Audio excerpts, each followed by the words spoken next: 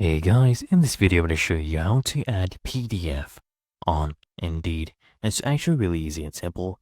So first things first, make sure you're actually logged in. And then what you're going to do, here at the top right, you will see your profile icon, right? Just come in and click on this.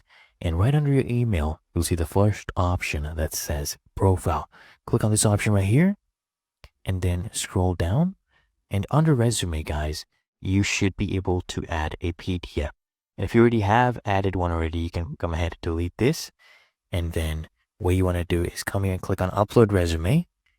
This is how you upload a PDF to your profile. So recruiters can see this and see whether or not you match the requirements of their job. So right now it's uploading, and then we can go ahead and preview our PDF. So if I scroll down, I can see all the details.